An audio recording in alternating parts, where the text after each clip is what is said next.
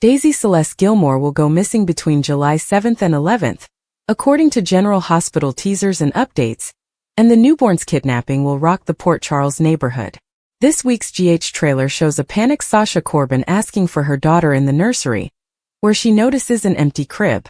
Sasha hurries out of the room in the preview, only to run into Michael Corinthos while telling her baby daddy that someone has stolen their child.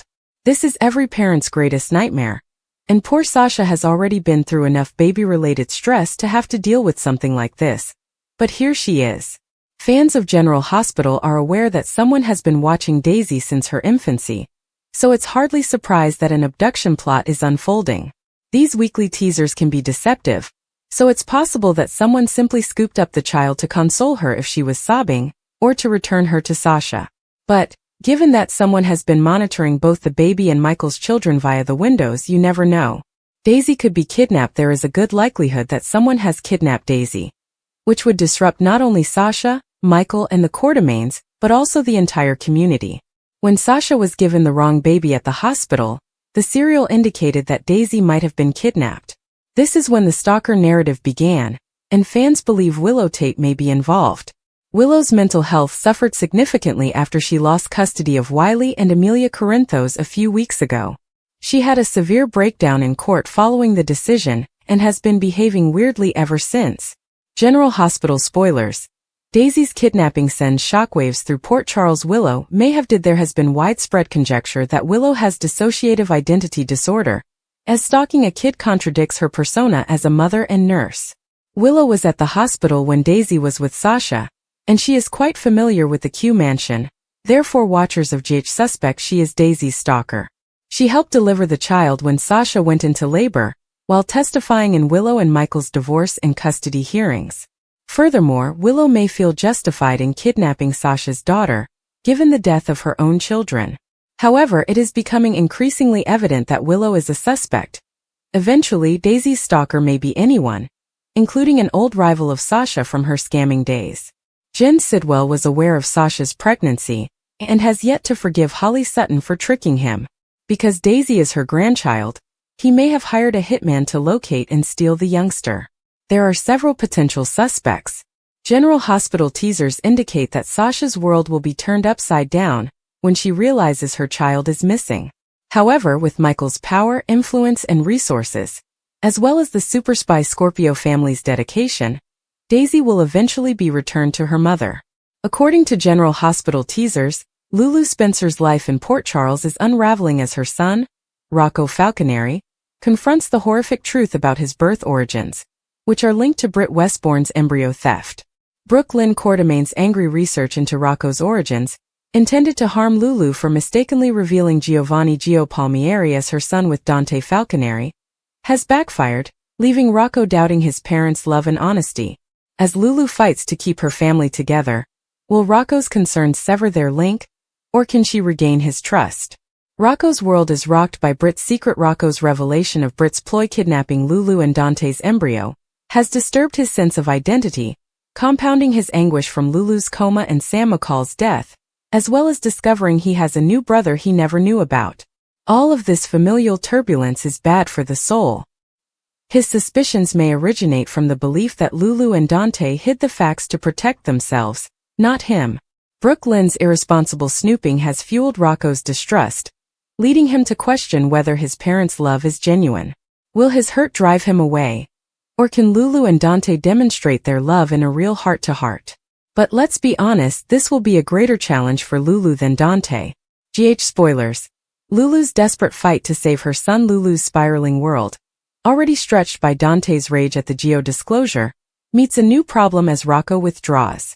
Her attempts to explain may falter if Rocco perceives her as deceitful or aggressive in any way, such as hitting Brooke Lynn in the face. Dante's dual loyalties, balancing Gio and Rocco, will unintentionally raise strain. General Hospital spoilers. Lulu and Dante's world spiral as Rocco begins to doubt his parents' love. If Lulu and Dante are unable to reach Rocco, his doubts may lead him to rebel or seek leadership from someone else. Can they rebuild their relationship? Or will Rocco's distrust destroy what's left of them? A family on the verge of collapse. Rocco's misgivings may reverberate throughout the family for some time, putting a burden on Dante and Lulu's co-parenting and Joe's fragile integration, which is currently stalled. If Laura Collins or Olivia Quartermain intervene, they may be able to bridge the divide, but Brooke Lynn's actions risk escalating the situation.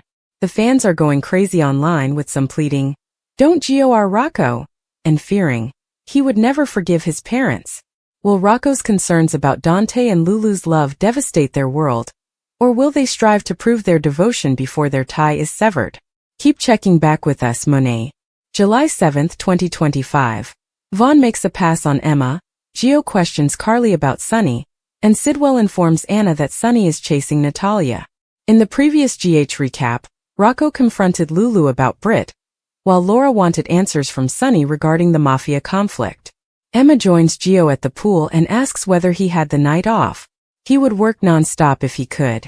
He's still concerned about Sunny. He wants to know who he truly is. Emma proposes that he ask someone.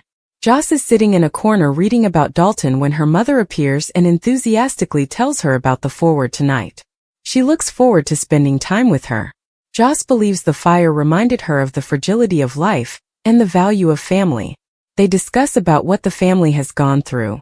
Carly feels grateful that they are secure right now. Joss stares at Vaughn as he removes his shirt. Her mother notices and suggests she go chat to him. When she joins Vaughn, he encourages her to pretend their kiss never occurred. They plan to distract Emma with animals. Vaughn tells her he lost his childhood dog. She's not sure if this story is true, but she knows Emma will love it. She says that she is the finest way to set Emma off. They initiate a struggle for Emma's advantage. Joss tells Vaughn they're done and storms out. Emma smiles. Emma joins Vaughn, and they discuss how selfish Joss is before toasting to better days ahead. They start chatting about the spirits of animals and the animal rights organization she founded. He would love to get involved. Gio confronts Carly and demands to speak with her about Sunny. He informs her about Tracy's cautions about Sunny and how they contradict with the man he knows. Carly informs him that the reality is tricky. Sunny was drawn into things before he was mature enough to understand properly, but he has always loved his family. She reveals that Michael and Dante have also struggled with these difficulties, but Sunny will stay in your life if you allow him. Gio chooses to speak with Sunny's boys. Anna visits Windmere to ask Sidwell about Natalia's death. He says that if she needs answers she should speak with Sunny. Marco said she was Sunny's loose end. He reveals that Natalia was aware of Sunny's cardiac problems and informed others. Perhaps he discovered that she had broken his trust? Daisy's kidnapping caused an unexpected jolt in Port Charles. The peaceful facade that the community had been holding to began to tremble violently, as whispers erupted into alarm and secrets began to spill loose. Trina was the first to discover something was wrong when Daisy failed to show up for her volunteer stint at the community center. Everyone assumed Daisy had simply taken a personal day, perhaps to relax after the recent tension at home and school. But as the hours passed and her phone continued to go straight to voicemail, concern turned to fear. Portia acted quickly, informing Curtis, who immediately contacted Jordan. Daisy's absence quickly became a full-fledged catastrophe after an official missing persons report was filed. The community began to mobilize, printing posters, reconstructing timelines, and questioning friends and family. As the number of suspects got longer, so did the concern, particularly among individuals who had lately met contact with Daisy in suspicious circumstances. Brooke Lynn was the first to come under suspicion, but she fiercely denied involvement. Daisy and Brooke Lynn had a visible falling out at the recent Deception Board meeting, and several employees overheard their furious conversation. Brooke Lynn claimed she was merely attempting to safeguard the company's reputation, but her tone, as well as the veiled threats about Daisy overstepping, tormented anyone in earshot. Jordan couldn't arrest Brooke Lynn without evidence, but the tension between her and Lois, who had grown shockingly close to Daisy, erupted behind closed doors. Lois refused to think her daughter could be responsible for such a brutal deed, but she began to wonder how far Brooke Lynn might have gone in a fit of rage or desperation. Daisy's investigation into a hidden deception campaign that Brooke Lynn had been attempting to conceal, something involving offshore accounts and forged documents, made matters worse. If Daisy had discovered proof and threatened to make it public, would Brooke Lynn have considered it a betrayal too great to forgive? Michael and Willow were drawn into the issue by their individual connections. Michael, who collaborated closely with Daisy on a recent philanthropic endeavor, took Daisy's abduction personally. Daisy, he remembered, was educated, idealistic, and determined, someone who would not simply go unless something major happened. Willow, who had mentored Daisy via a youth leadership program, was equally upset. She contacted Nina, hoping Crimson might help promote awareness and increase public attention. Nina, despite recent conflicts with Willow, consented. For once, they shared a same goal, though the temporary armistice did little to alleviate domestic tensions. Meanwhile, Jason quietly began his own research. He had kept a quiet profile since returning to Port Charles, but Daisy's kidnapping drew him back into action. Working alongside the police, Jason tracked Daisy's last known connections and actions. Daisy had met someone in an alley behind the Corinthos coffee facility 2 nights before disappearing, according to security footage. The guy was cloaked and the footage was blurry, but Jason was familiar with the streets. He suspected that the meeting was not random. As Jason dug deeper, he discovered a worrisome possibility. Daisy may have stumbled into something related not only to deception, but also to a larger operation involving extortion and corporate espionage. Daisy appeared to have been quietly gathering information, possibly with the intention of safeguarding those she cared about. However, in doing so, she had attracted the notice of deadly individuals who operated in the shadows and had little concern for innocent lives. Jordan returned to the police station, where he faced a growing wall of frustration. Each new lead fizzled or implicated someone she didn't want to believe was capable of kidnapping. When the ransom note finally arrived, it simply added to the intrigue. The note was a warning, not a demand for money. Back off or she disappears forever. The note was typed, antiseptic, and untraceable, but its message was clear. Daisy's owner desired control rather than money. Sasha, Daisy's confidant in recent months, was devastated. She chastised herself for encouraging Daisy to be courageous and speak up for the truth, even if it was risky. Now she worried if her well-intended advice had led Daisy into the arms of someone who intended to harm her. Maxie attempted to calm her, but even she couldn't conceal her anxiety. Deception was already on the verge of collapse owing to internal scandals, and the disappearance of a cherished employee posed a threat to the entire brand. Drew was caught up in the storm across town. His recent business operations, which he had thought were strictly confidential, now felt exposed. Daisy had previously interned with a nonprofit Drew supported. If she had linked the nonprofit's shell accounts to a potential money route into a Port Charles development project Drew was overseeing, she may have been a liability. Drew tried to seem casual when Jordan called him in for interrogation, but the edge in his voice revealed more than he wanted. Christina, a tireless fighter for justice and community, organized a citywide awareness campaign. Flyers were circulated, TV programs broadcast, and the hashtag #FindDaisy trended on social media. Molly, who was still adjusting to recent judicial changes, assisted in developing a legal strategy for Daisy's family in the event that the case proceeded to federal court. Alexis provided emotional support to those afflicted, establishing a modest but powerful presence behind the scenes. Meanwhile, Joe's role grew unusually convoluted. He and Daisy had grown close, too close, others claimed. They'd been seen having late-night discussions, taking lengthy walks by the bay, and going on coffee dates that were disturbingly amorous. Gio said they were only friends, but Trina wasn't convinced. A part of her felt deceived, while another was concerned that Gio knew more than he was revealing. She questioned him, and while he denied involvement, he revealed Daisy had told him something serious shortly before her abduction. Daisy, according to Gio, discovered a link between a local IT investor and a series of fraudulent medical records associated with GH. The papers accused several doctors and, if revealed, may jeopardize their reputations and livelihoods. Gio encouraged her to drop it and let the authorities handle it, but Daisy believed that justice required telling the truth, no matter the cost. If that account was true, Daisy's kidnapping was not personal but strategic. Someone was attempting to keep her silent long enough to remove all evidence. The terrible question was whether they intended to release her once their tracks were covered, or to ensure she never talked again. The breakthrough came from an unexpected source. Dex. Dex, who was still recovering from his own tragedy, had been quietly watching street chatter for Sunny, who was still being closely monitored due to federal pressure. Dex intercepted a message concerning a package being housed in a private hangar near Port Charles. He passed the information to Jason, who moved quickly. With Spinelli's assistance, they traced the hangar's ownership to a shell business tied to a name that had appeared several times during Daisy's investigation: Emery Slate.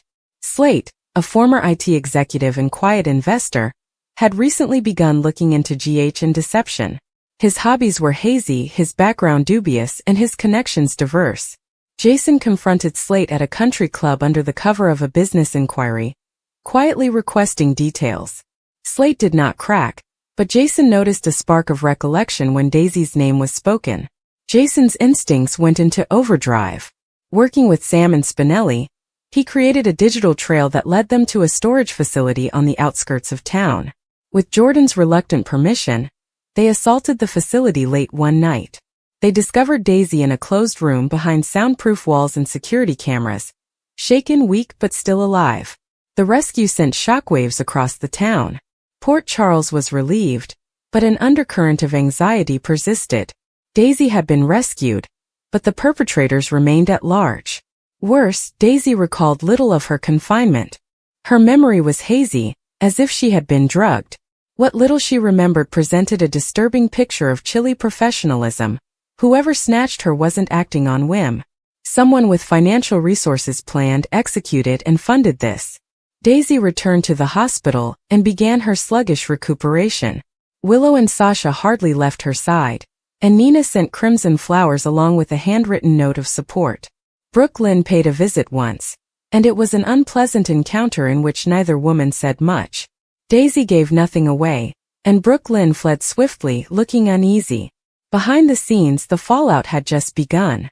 Jordan reopened many cases involving Emery Slate, while Jason and Sunny began investigating who else could be involved. Drew quietly stepped aside from his development project, and Deception scheduled a press conference to announce a new transparency program, which few considered to be much more than public relations. Port Charles has been shook to the core. Lives were upended, reputations were called into question, and friendships strained. Daisy's bravery and close call reminded everyone that truth has a cost, and sometimes the individuals who fight the hardest for justice pay the most. Daisy, on the other hand, refused to back down. As she regained her strength, she informed Willow that she intended to testify about what she remembered, regardless of the consequences. The city needed to know what had been hiding behind its glossy veneer. And as Jason watched silently from the doorway, he knew Daisy might have become more than simply a victim. She could be the spark for true change in Port Charles. That made her an even bigger target. Rocco had always been a bright and inquisitive child. He could tell when something wasn't quite right, even when the adults around him pretended everything was okay. His home has recently become a quiet warfare of awkward silences, fake grins, and different chambers. Lulu and Dante were attempting to shield him from the truth, but by doing so, they were just making matters worse. The tension between them had gotten stronger with each passing day, and Rocco felt every bit of it. It began subtly. Missing dinners, distracted discussions, and fewer shared moments. Dante's position on the police force had become more demanding, and Lulu, who was still adjusting to life after recovering from a coma and attempting to find her place, was struggling in ways that no one could fully comprehend. She'd wasted so much time, and her absence had left an emotional vacuum between her and the people she cared about, particularly her son. Rocco would run into his parents' arms after school. Now he returned home with his rucksack slung over one shoulder, peering into the house as if unsure who would be present. Dante would occasionally disappear while working late. Sometimes Lulu was locked in her room, staring at old photo albums or pacing the floor. The laughter that had previously filled their home had vanished. The warmth had been replaced by distance, and Rocco was old enough to notice. One night, he overheard their argument. It wasn't loud, but it was intense. Two individuals whispering quietly, hoping not to wake him. But he awoke, and he stood at the top of the steps, listening to pieces of sentences that made no sense but were still terrible. Words like lost time, misunderstood, different now, and what's best for Rocco raced through his mind, resting in his chest like stones. He did not mention it the next day, but his manner changed. He asked questions that no parent could answer in a way that was understandable to a child his age. Why aren't we eating together anymore? How come you and Dad aren't laughing like you used to? Are you planning to leave again, Mom? Each question pierced at Lulu's heart, and Dante strained not to reveal his remorse. They both said they were doing their best, but Rocco wasn't convinced. Children comprehend when something is incorrect without the need of words. They feel it. At school, Rocco became more withdrawn.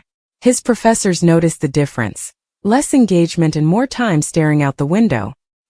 He was courteous, well-behaved, and quieter. His pictures, which were formerly colorful and depicted family settings, have darkened. When his teacher inquired about it, he shrugged and stated he was simply weary. But the truth was that he was afraid. "I'm scared of what might happen next." He was terrified that his parents would no longer love each other. "I was afraid they didn't love him enough to mend things." Meanwhile, Lulu was dealing with her own issues. After years in a coma, she awoke bewildered. Life had gone on without her. Dante had hardened, became less open, and seemed stranger than she had imagined. The man who had previously made her laugh till she cried now appeared cautious. They tried to continue where they left off, but too much had changed. Lulu was yearning to reconnect with Rocco, but she often found herself paralyzed, unsure how to overcome the gap. She wasn't sure how to be the mother he remembered. She feared he didn't remember her at all, or not in the way she preferred. Dante, on the other hand, felt torn between responsibility and contempt. He had pulled things together in her absence, raising Rocco, grieving her, and moving on as best he could. Her homecoming had upended everything. He wanted to make it work for Rocco, but his past tormented him. Lulu was different. He was different, and the fantasy of a smooth reunion gradually faded into the terrible reality that they might not be able to repair what was shattered. Therapy had been advised several times, including family and couples therapy, but neither had followed through. They kept telling themselves that things will improve with time, but time was not the healing balm they had hoped for. If anything, it made matters more complicated. And Rocco, caught in the crossfire, started internalizing the blame. He stopped inquiring about doing activities as a family. He started making reasons for staying late at school. When asked whether he wanted to see a movie together, he responded he was weary. In reality, he did not want to be in the same room as both of them at the same time. It was too unpleasant and unpredictable. He had no idea when the tension would break into another silent quarrel or awkward silence. One evening, Rocco simply asked his father, "Do you still love Mom?" Dante was caught off surprise. He blurted out an answer, claiming that of course he did, and that love was complicated at times but never went away. But his tone did not match the words, and Rocco could tell. He glanced down at his hands, nodded, and changed the subject. That night he laid in bed, staring at the ceiling, wondering what would happen if they no longer loved each other. Will he have to pick between them? Will he lose the life he knows? Lulu, who was ignorant of the talk, experienced her own moment of reckoning. She found a letter that Rocco had started but never finished. It was folded into one of his notebooks and simply stated, "I'm not sure what I did wrong. I just want to be a family again. I miss how we used to be," she said, clutching the paper to her bosom and crying for the first time in weeks. It was the naked truth of a child who felt abandoned by those who had sworn to protect him. The next morning she attempted to make things different. She prepared Rocco's favorite breakfast, urged that they all sit together, tried to joke, and asked him about school. Dante played along, but it seemed empty. Rocco grinned, but his eyes did not light up. Lulu knew that making tiny gestures would not solve the problem. They urgently needed assistance. That night, she informed Dante that they were going to therapy, no more excuses. She was done pretending everything was fine. Dante did not argue. For once he agreed. They scheduled the appointment, and for the first time in months, there was a glimmer of hope, albeit weak. The first session was hard. Rocco did not say anything at first. He sat with his arms folded and stared at the floor. Lulu and Dante answered questions, dancing around the fundamental concerns until Rocco spoke. His voice was calm but firm.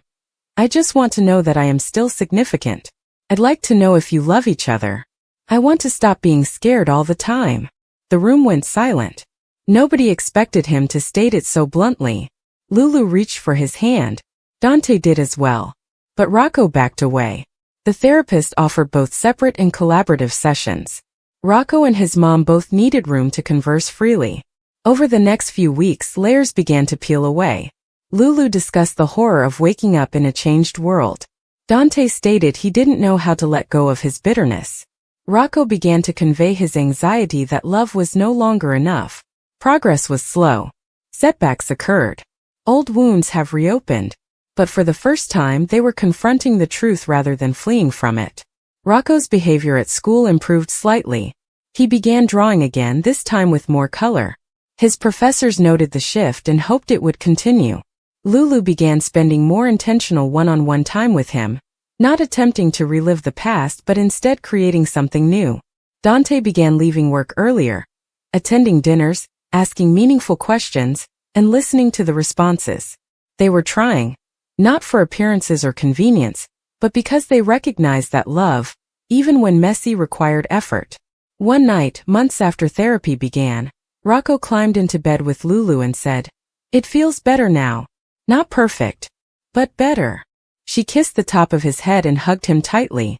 In the next room, Dante gazed at a photo of them from years ago, when things seemed simple. He set it down and joined them. No words were exchanged, yet the gesture conveyed plenty. Their family had changed from what it had been before. It had changed, it was scarred, rattled, and still uncertain, but it was genuine. And for Rocco, that was enough to make him trust again. Love, he discovered, was not about being flawless. It was about being present, even when things fell apart. Especially then. He started his own investigation, traveling via the underground channels in Port Charles and asking questions that made even Sonny Corinthos nervous. Sonny attempted to warn him off. The truce between their families was shaky at best, and Marco stirring things up in Port Charles could set off a terrible chain reaction. But Marco wasn't listening. This was a personal matter for him, not about power or turf. Elias was a family member. Daisy, whether she realized it or not, was caught in the crossfire. Daisy, however, remained absent. And when Curtis and Jordan probed deeper into her past, they saw how vulnerable she had made herself. A diary discovered in her apartment, hidden beneath the floorboards, revealed that she had been in communication with someone she simply referred to as L. She wrote cryptically about being afraid for her safety, about someone monitoring her as she walked to her car or waited at bus stations. In her final note she stated, "If anything happens to me, it's because of what I saw at Pier 57. Pier 57 had long been a hotspot of shady dealings, ranging from illegal cargo to mob-related activity. Daisy's unintentional presence there at the wrong time may have made her a target." In a startling twist, Spinelli discovered GPS data from Daisy's ride-sharing app, suggesting that she had never returned home the night she went missing. Instead, her position had been redirected to a warehouse on the outskirts of town, held by a shelf